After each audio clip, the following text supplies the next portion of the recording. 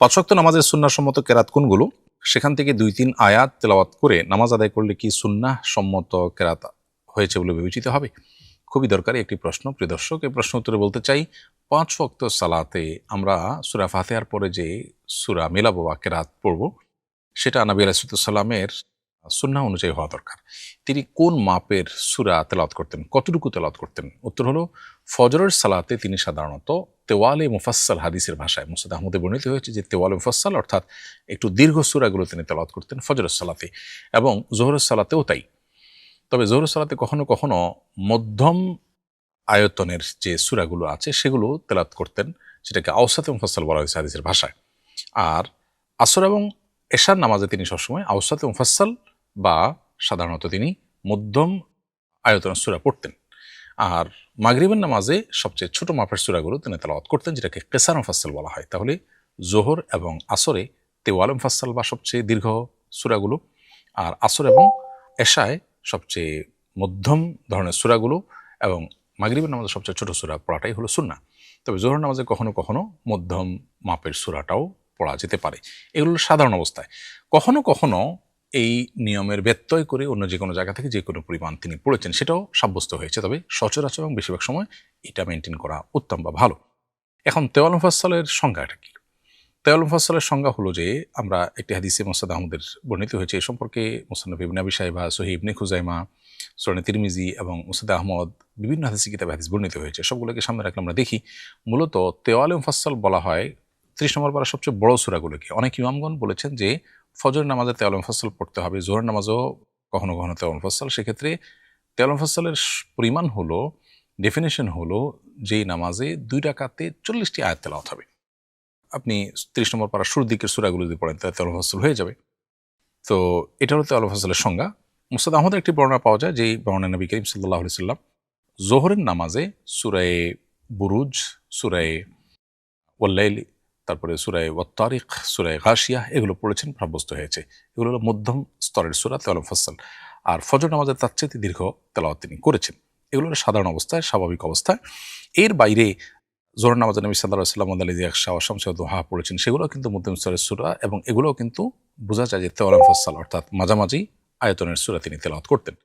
আবার কখনো কখনো দীর্ঘ আয়তনের সূরা তেলাওয়াত করেছেন, সেটিও প্রমাণিত হয়। সো ইবনে হিজামার হাদিসে বর্ণিত হয়েছে যে নবী করিম সাল্লাল্লাহু আলাইহি ওয়াসাল্লাম যোহর এবং আসরে মধ্যম মাপের সূরা লাইলি ইয়াগশা ওয়াশ-শামসি ওয়াদ-দুহা এগুলো পড়লেও ফজর নামাজে তার চেয়ে দীর্ঘ সূরা পড়তেন।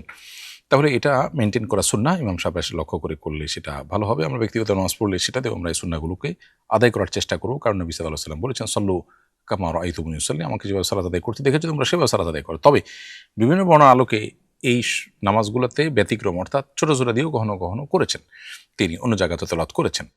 এই মাপটা ঠিক রেখে, ধরুন আপনার সূরা আম্মা ইয়াতাসালুন, সূরা নাজিআত, ফজর নামাজে এই ধরনের লম্বা সূরা আপনি তেলাওয়াত করলেন, এই মাপটা ঠিক রেখে করেন, অন্য যে কোনো জায়গা থেকে তেলাওয়াত করলেও সুন্নাহ আদায় হয়ে যাবে। মাপটা হলো এটা মূলত। আর যোহরের ক্ষেত্রে সূরায়ে ওয়াল-লাইল, সূরায়ে গাশিয়া, আল-লাইল, গাশিয়া, আলা, বুরুজ এই মাপের কেরাত অন্য যে কোনো জায়গাতে আপনি তেলাওয়াত করলে হয়ে যাবে। আর মাগরিবের নামাজে ছোট ছোট যে সূরাগুলো আছে সেগুলো কোনোটা তেলাওয়াত করলে, শেষের দিকের যে সূরাগুলো আছে সেটা বা সেগুলোর পরিমাণ অন্য কোনো জায়গা থেকে তেলাওয়াত করলেও সুন্নাত আদায় হয়ে যাবে। সফরে নবী করিম সাল্লাল্লাহু আলাইহি ওয়াসাল্লাম সাধারণত খুব ছোট করে নামাজ পড়তেন। এর মধ্যে প্রথম রাকাতে সূরা কাফিরুন, দ্বিতীয় রাকাতে সূরা ইখলাস পাঠ করার বিষয়টি প্রমাণিত রয়েছে।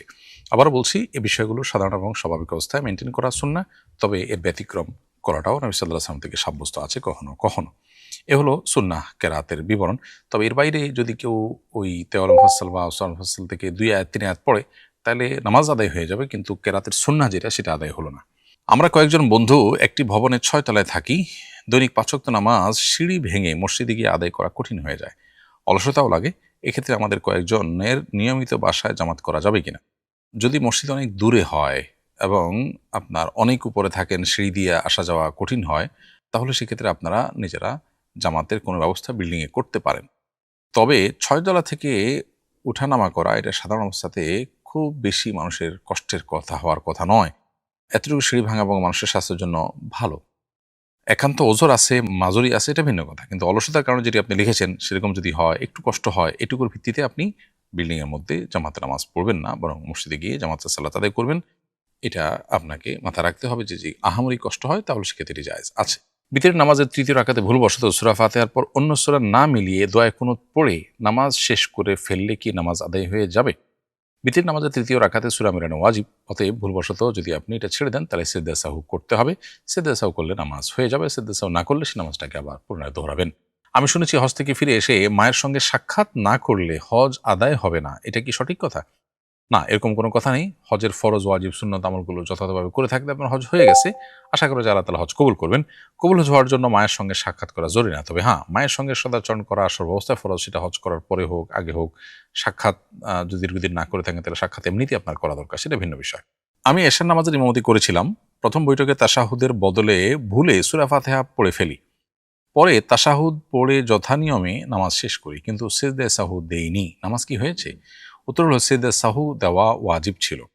বিশুদ্ধ মত অনুসারে ওয়াক্ত পার হলেও এই নামাজ আপনাকে দোহরাতে হবে, পরে আবার পড়ে দিতে হবে যদি ওয়াক্ত যেয়ে থাকে তারপরেও। আমার পেটে ১ মাসের বাচ্চা, স্বামী কোনোভাবেই রাখতে দিচ্ছে না, নষ্ট করলে আমার গুনাহ হবে কিনা? জীবিকার ভয়ে সন্তান নষ্ট করা হারাম। আল্লাহ তাআলা বলেছেন, লা তাকতুলু আওলাদাকুম খাশিয়াতা ইমলাক। রিজিকের ভয়ে তোমাদের সন্তানদেরকে তোমরা হত্যা করো না।